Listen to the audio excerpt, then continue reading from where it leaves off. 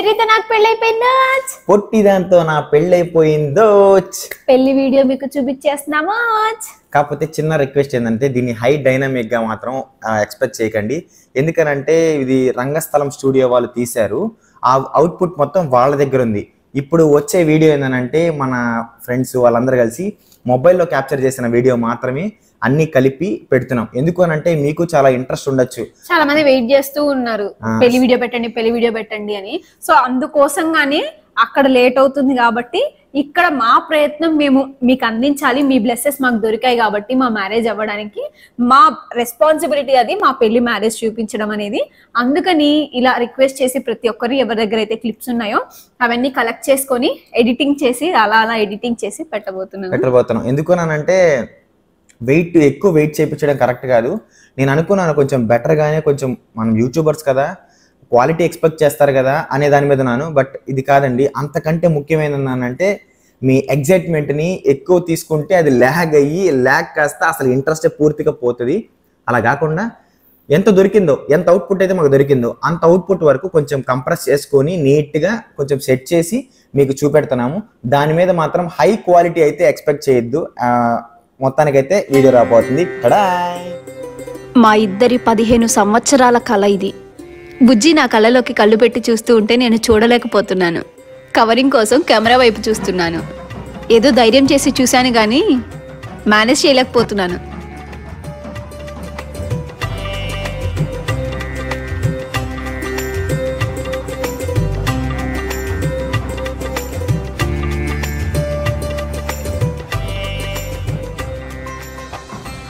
ఒక్క నిమిషంలోనే కంటెంట్ రాసి డైరెక్షన్ చేసే చెర్రీ అయినా సరే ఈ సమయంలో కెమెరామ్యాన్ మాట వినాల్సిందే.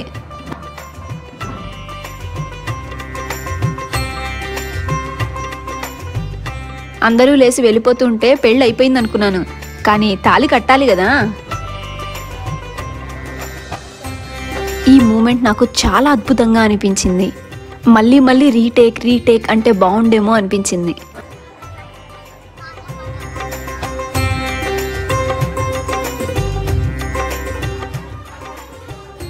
కెమెరామ్యాన్ మీ ఇద్దరు ఏదో ఒకటి మాట్లాడుకోండి అంటే చెర్రీ అక్కడ కూర్చొని రొమాంటిక్గా మాట్లాడాల్సింది పోయి రేపు స్కెడ్యూల్స్ ఏంటి, రేపు కంటెంట్ ఏం చేద్దాం అని మాట్లాడుతున్నాడు. అక్కడ కెమెరామ్యాన్ ఏమో ముద్దు పెట్టమంటున్నాడు, ఎదురుగా ఏమో మా అమ్మ నాన్న ఉన్నారు. నాకైతే చాలా కష్టంగా ఉంది. చెర్రీ కూడా పాపం ఏదో మేనేజ్ చేస్తూ మొహమాటంతో చేస్తున్నాడు. అమ్మయ్య అయిపోయింది.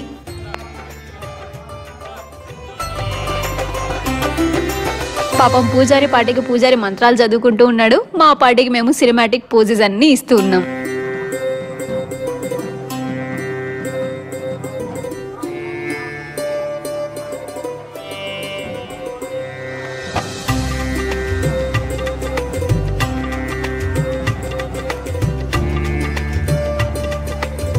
పూజారేమో బుద్ధిగా కూర్చొని మాకు పెళ్లి చేస్తుంటే చెర్రీ ఏమో అటు ముచ్చట్లు పెట్టుకుంటున్నాడు, నేనేమో ఇటు ముచ్చట్లు పెట్టుకుంటున్నాను.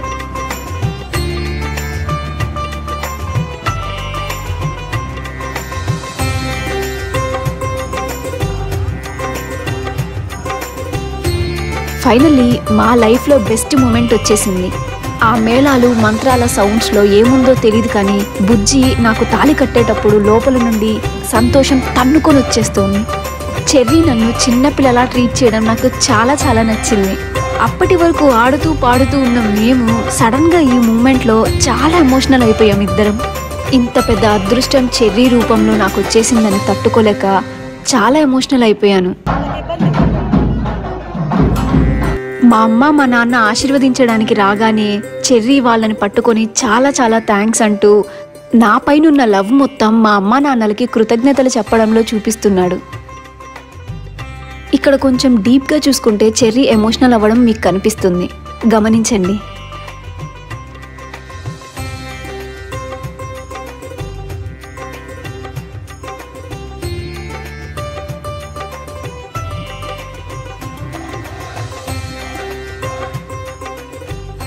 లిటరల్లీ చెర్రీ ఫేస్లో ప్రౌడ్ ఫీలింగ్ నాకు కనిపిస్తుంది. మాట నిలబెట్టుకున్నాను అనే సంతోషం కూడా కనపడుతుంది.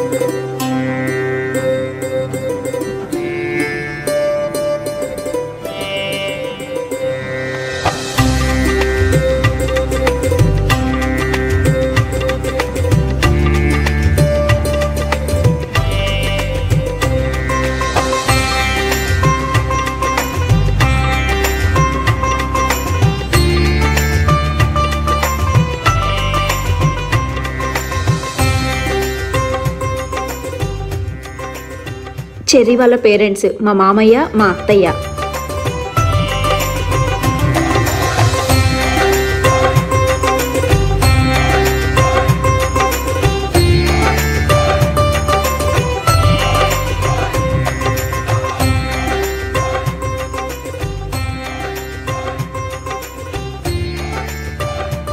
మీకు తెలిసే ఉంటారు మా అమ్మ నాన్న. మొత్తానికి మా నాన్నకి బాధ్యత తీరిపోయింది. నేనెక్కడ వెళ్ళిపోతానా అని మా అమ్మకి భయం మొదలైంది.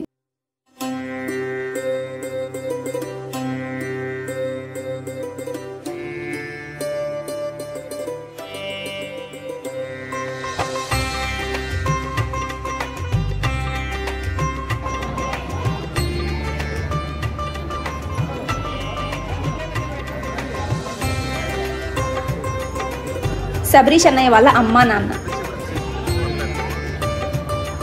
వైట్ షర్ట్ వేసుకొని ఆశీర్వదిస్తున్న సారు మా ట్యూషన్ సార్ అనమాట.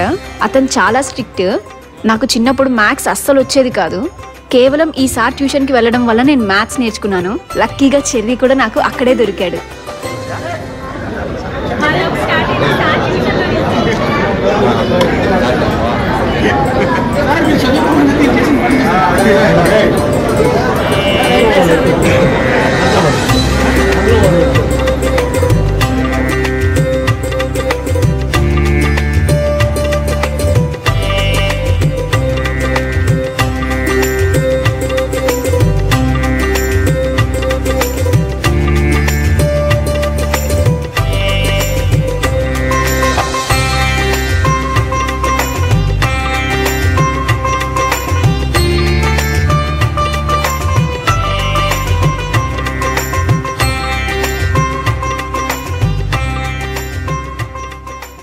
మా పెళ్లికి వచ్చి మమ్మల్ని ఆశీర్వదించిన ప్రతి ఒక్కరికి పేరు పేరున మా ధన్యవాదాలు. ప్రకృతి పరిణామాల వల్ల మా పెళ్లికి రాలేకపోయిన వాళ్ళు, అలానే మా పెళ్లికి మేము పిలవలేకపోయిన వాళ్ళని చేరుకోలేకపోతున్నామని చింతిస్తున్నాము. మీ అందరి ఆశీర్వాదాలు మాకు ఎల్లవేళలా ఉండాలని కోరుకుంటున్నాము.